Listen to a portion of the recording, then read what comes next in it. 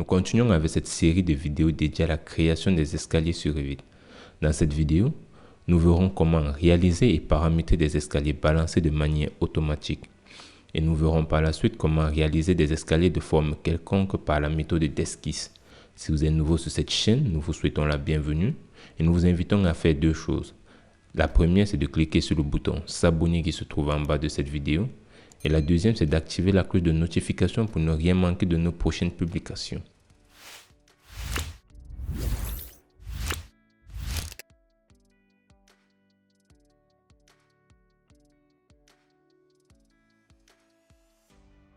Dans les vidéos précédentes, nous avons vu comment créer des escaliers en U et comment réaliser des paramétrages. Nous avons aussi vu comment créer des escaliers circulaires et des escaliers contenant plusieurs volets. Dans cette vidéo, nous verrons comment réaliser des escaliers balancés. Et pour ce faire, nous allons venir dans Architecture. Et lorsque nous arrivons dans Architecture, nous prenons Escalier. Lorsque nous prenons Escalier, nous avons ici les différentes formes. Nous avons deux formes d'escalier balancés qui existent de manière automatique. Ce que nous allons faire, c'est que nous allons choisir ce premier en cas tournant balancé. Et lorsque nous choisissons, nous allons déjà commencer par définir le niveau de base, le niveau supérieur. Nous allons définir le nombre de marches. Dans notre cas, nous voulons avoir 25 marches. Nous allons mettre là 25 marches. Et nous voyons que nous aurons une hauteur de 16. Une profondeur, nous allons prendre une profondeur de 32 cm. On fait valider. Et là, nous allons pouvoir réaliser notre escalier. Mais avant cela, nous avons deux options.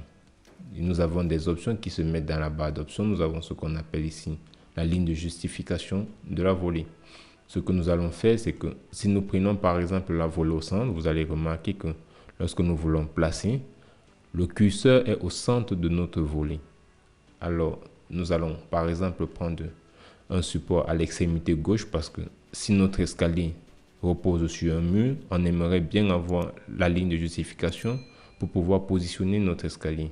Nous pouvons aussi définir à ce niveau la largeur réelle de la volée. Nous allons laisser 1,50 m. On valide. Et là, nous allons juste venir à ce niveau, nous allons cliquer. Et lorsque nous cliquons, nous avons notre escalier qui se positionne de manière automatique. Une fois que nous avons notre escalier, nous pouvons, par exemple, sur notre projet, vouloir que l'escalier ne soit pas d'une forme aussi correcte. Il est donc possible pour nous de modifier. Nous pouvons modifier la largeur directement à ce niveau en mettant, par exemple, 1,80 m. Nous allons voir que la largeur de notre volet va changer automatiquement. Nous allons remettre là 1,50 m.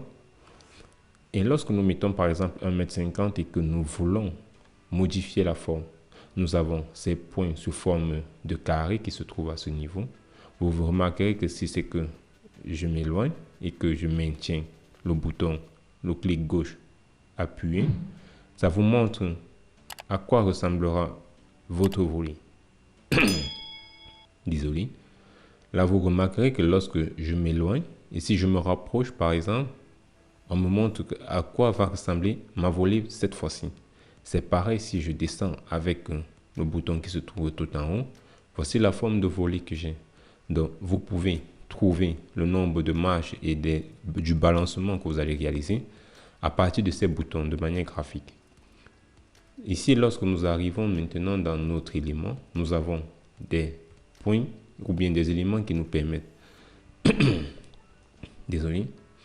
Vous remarquerez par exemple que là, nous avons des supports. La ligne de justification, c'est la même ligne de justification qu'on avait tout en haut. On a la hauteur de base, la hauteur maximale. Ça, c'est OK, il n'y a pas de souci. À partir d'ici, nous avons des paramètres qui sont très intéressants lorsque l'on travaille.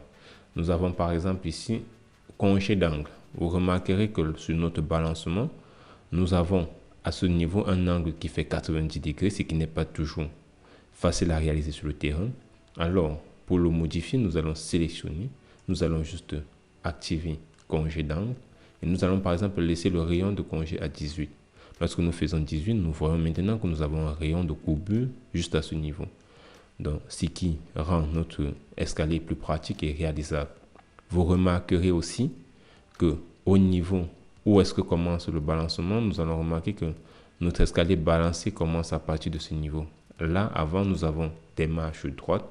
Cela se fait à partir d'ici. Le paramétrage commence là. Où est-ce que vous voulez commencer à réaliser les escaliers balancés? Nous, si nous augmentons par exemple de 3 à la marche parallèle au début et marche parallèle à l'arrivée. Nous allons par exemple mettre là 3 aussi. Vous remarquerez maintenant que nous aurons 3 marches parallèles avant au début et nous aurons aussi 3 marches parallèles à la fin avant que le balancement ne se fasse. Si nous remettons par exemple là 4 marches et là nous mettons par exemple 3 marches. Vous allez remarquer maintenant que là nous avons 4 marches au départ et nous avons 3 marches à l'arrivée. C'est ainsi que vous pouvez paramétrer et définir le type ou bien le nombre de marches parallèles que vous voulez avoir. Nous allons remettre 2 au départ et 2 à l'arrivée. Lorsque vous avez terminé avec vos escaliers, vous allez juste faire valider. Et une fois que vous avez validé, vous pouvez sélectionner votre escalier, vous faites BX pour aller en 3D et vous avez directement une coupe qui est réalisée sur l'escalier. Nous avons notre coupe, nous pouvons maintenir la touche Shift avec la molette pour pouvoir faire une rotation autour de notre escalier. Une fois que nous avons terminé ceci, nous allons désactiver la zone de coupe et nous allons revenir sur notre plan. Nous avons réalisé un escalier en L. Nous allons maintenant réaliser un escalier en U. Tout à fait. Un escalier en U balancé. Et pour ce faire, nous allons venir prendre encore dans escalier. Et lorsque nous prenons escalier, nous allons cette fois-ci choisir un balancement en U. Et lorsque nous prenons un balancement en U, nous pouvons directement disposer notre balancement et choisir en fonction de l'élément que nous voulons. Par exemple, nous allons prendre cette fois-ci une volée au centre. Elle ne change franchement rien du tout, mais vous allez voir une différence. Là, si nous prenons notre volée au centre et que nous disposons, tout d'abord, nous avons vu que nous avons eu des points qui se mettaient aux extrémités et qui nous permettaient de bouger sans souci. Cette fois-ci, nous avons les points de repère qui se trouvent plutôt au centre. Qu'est-ce que ça veut dire? Ceci est dû au fait que nous avons choisi nos volets au centre. Si nous prenons une volée extérieure, vous verrez que ces points de contrôle se mettront à l'extérieur. Alors, je trouve qu'il est plus aisé de travailler avec ces points de contrôle à l'extérieur. Maintenant, comment faire si nous avons notre escalier balancé en U de cette manière? Nous allons par exemple là augmenter l'escalier. Nous voyons que lorsque nous déplaçons, nous avons le balancement qui prend la forme automatique. Ça, c'est très intéressant parce que ça nous montre directement comment réaliser le balancement avec des escaliers en U et les différentes formes nécessaires. Là, nous avons par exemple notre élément qui est comme ceci. Ce que nous allons faire par exemple, c'est de redéfinir encore les angles. Et pour définir les angles, rien de plus facile, nous sélectionnons. Nous allons venir, nous activons angle de congé d'angle, autant pour moi. On va laisser par exemple 18. Et lorsqu'on fait valider, nous voyons que nous avons maintenant des angles arrondis à ces niveaux. Ceci, lorsque nous terminons avec cela, nous pouvons faire valider.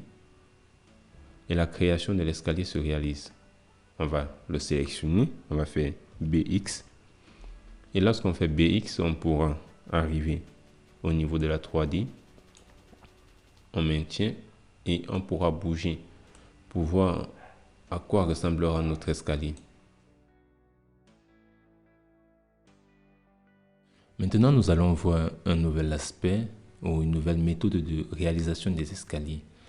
Si nous avons des escaliers particuliers que nous voulons réaliser, comme par exemple les escaliers d'une piscine, nous constaterons que nous n'avons pas toujours les formes prédéfinies dans Revit lorsque nous prenons par exemple escalier. Nous n'avons pas ces formes prédéfinies.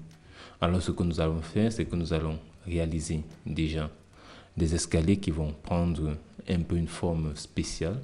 On va venir, on va prendre le mur.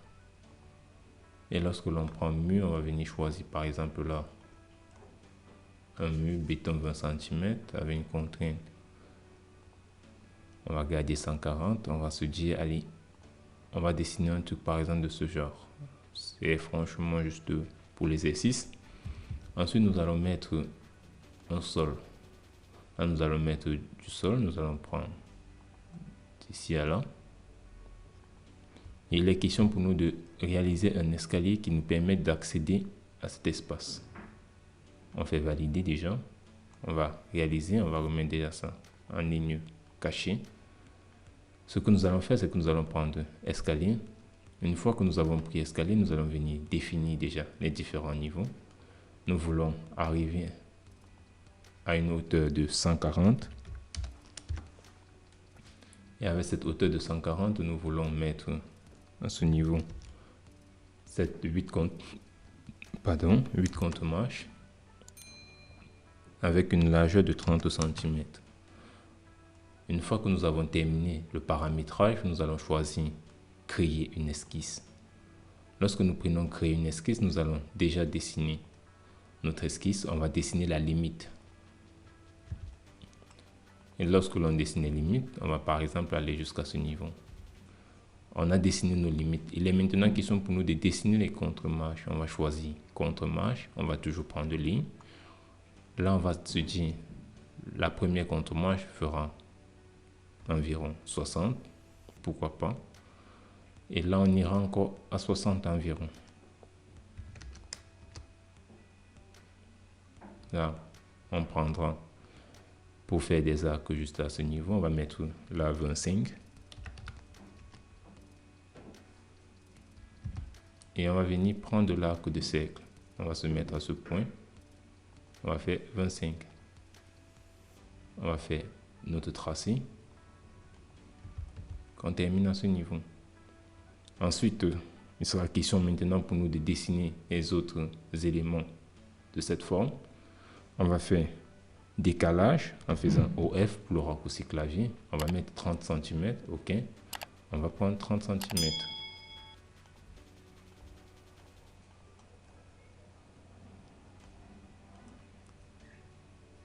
On pourra déjà s'arrêter là. On fera pareil de l'autre côté.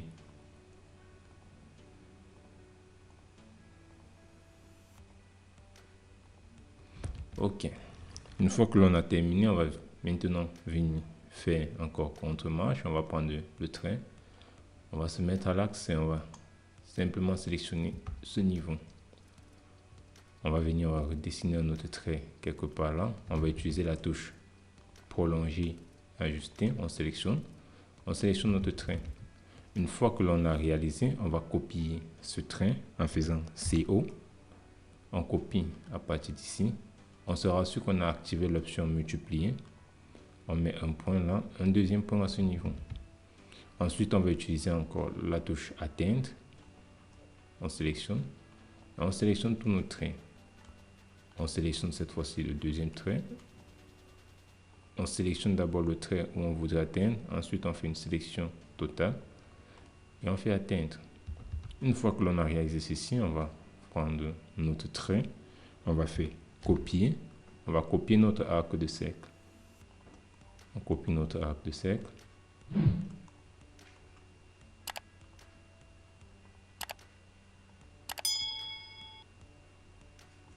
On le copie là. Nous voyons que nous avons réalisé 7 contre-marches. Et il nous reste, on a réalisé une contre-marche, il nous reste 7 restantes. On va déjà supprimer ceci.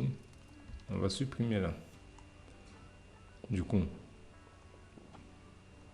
ce qu'on peut faire, OK, on a 1, 2, 3, 4, 5, 6, 7, 8. OK, là on a nos 8 contre-marches. On va faire maintenant ajuster. On ajuste en faisant TR pour le raccourci clavier. Et là, on voit qu'on a 8 contre-marches créées, 0 restant. Donc, on a nos contre-marches qui ont été créées. Toutefois, si nous voulons terminer notre projet et que nous voulons avoir à ce niveau, par exemple, un palier de repos, puisque notre projet, nous pouvons déjà mettre déjà la trajectoire, par exemple, là. On va prendre la trajectoire de ce point à ce point.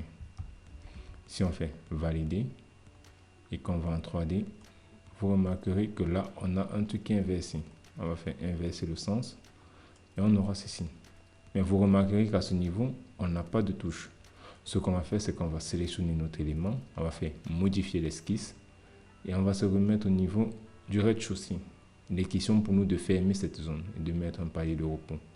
Pour ce faire, nous allons venir à ce niveau, nous allons déjà déplacer la limite, parce que Revit, si c'est que les contre-marches se touchent, alors il sera impossible pour elle de pouvoir, il sera impossible pour le logiciel de pouvoir justifier ou bien de pouvoir montrer ou créer le type d'escalier. Donc ce que nous allons faire, c'est que nous allons déjà déplacer cela ici. Ensuite, on va prendre contre-marche. On va sélectionner notre contre-marche. On va dessiner là. Une fois que l'on a dessiné, on a une erreur et c'est normal parce qu'il nous faut définir dans quel sens ira notre élément pour la ligne de foulée. On fait valider. On voit maintenant que ça va dans ce sens. Là, si on reprend en 3D, on a cet élément qui apparaît. Tout ce qu'il nous reste à faire, c'est de sélectionner et dire qu'on voudrait terminer. On voudrait finir avec une marche et non une contre-marche. On fait valider. Et lorsqu'on fait valider, on peut supprimer, par exemple, les garde-corps qui se trouvent tout à côté. Ainsi, on a notre type d'escalier et on pourra revenir au niveau de la 3D et remettre ça, par exemple, en couleur uniforme. Là, avec la couleur uniforme, nous avons ce type de 3D qui a été réalisé. Nous pouvons donc revenir en 3D et nous avons notre élément de la flotte. Si vous avez aimé la vidéo, n'hésitez pas à liker, à partager, à écrire en commentaire ce que vous avez pensé. Cela nous aide énormément pour le référencement afin que YouTube puisse présenter nos vidéos à bon nombre de personnes. Nous vous donnons rendez-vous dans la prochaine vidéo pour de nouvelles astuces.